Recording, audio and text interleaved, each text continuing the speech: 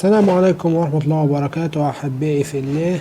ونعرض لكم موعد مباراة الأهلي والنجم الساحلي في لقاء قوي يجمع بين الفريقين وسط انتظار وترقب الجماهير في دولتي مصر وتونس لرؤية من سيحسم لقاء الذهاب أم سينتهي بالتعادل. واستطاع النادي الأهلي الوصول إلى الدوري النصف النهائي، وذلك بعد تغلبه على الترجي بنتيجة نهائية 4-3 لصالح الفريق الأحمر في الربع النهائي، بينما استطاع فريق النجم الساحلي الوصول إلى هذا الدور، وذلك بعدما نجح في الفوز على الأهلي الليبي بنتيجة نهائية 2-0 في ربع النهائي، ليتقابل كل من الفريقين الأهلي والنجم في الدور النصف النهائي.